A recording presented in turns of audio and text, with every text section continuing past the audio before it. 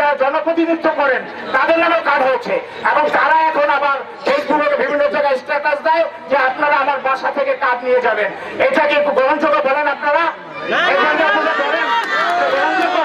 এখন আমরা চাই যারা অসচ্ছল পরিবার তাদের তারা যেন কাজ পায়, এই জন্য সংশ্লিষ্ট কর্তৃপক্ষের আমরা দৃষ্টি আকর্ষণ করছি। আমাদের এই সমস্যার সমাধান না হলে আবার আপনাদেরকে এখানে ডাকা হবে, দয়া করে আসবেন।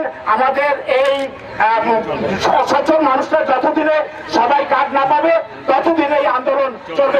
ডিসিবির কার্ড দিয়েছে তাদেরকে, বিশেষ করে যে ডিলার ভাই তাদের আকর্ষণ করে বলছি যে আপনাদের দোকান বন্ধ রাখবেন, আপনারা কেউ ডিসিবির মাল ছাড়বেন না। আপনারা ছাড়লে আমাদের এই মানববন্ধন আমরা স্থায়ী করে রাখবো এবং আপনাদের দোকানে আমরা তালা লাগিয়ে দেবো। কার্ড পেয়েছে কারা? কার্ড পেয়েছে বিদ্যমান সচ্ছল পরিবার, অথচ হাতে দরিদ্র রিক্সা চালক শ্রমিক তারা কিন্তু আমরা এখনো কার্ড পাই নাই। আমাদের এই কার্ড যতদিন পর্যন্ত আমরা হাতে না পাবো কোনো ডিসিবির মাল বিতরণ করা হবে না, এবং যতদিন পর্যন্ত এর সংশোধন না হবে ততদিন পর্যন্ত আমরা এই আন্দোলন চালিয়ে যাব।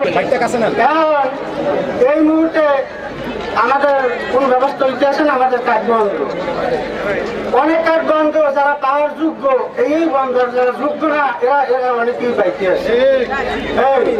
এখন এই মুহূর্তে কেউ স্বামী নেই, কেউ অন্ধ, প্রতিবন্ধী, পঙ্গু, এই ধরনের অনেক লোকেরাই পায় না। তাহলে এইটা কি করা আছে? এইটা কি সরকারের কোনো সংস্কার হইল? এইটার কোনো সংস্কার না। সংস্কার অন্যান্য কাজ আছে, এইগুলো সংস্কার। মানুষের পেড়ে লাথি, গরিবের পেড়ে লাথি, এইটা কোনো সংস্কারের মধ্যে পড়ে না। এখন আমাদের দাবি, আমরা যারা বাত হয়ে গেছি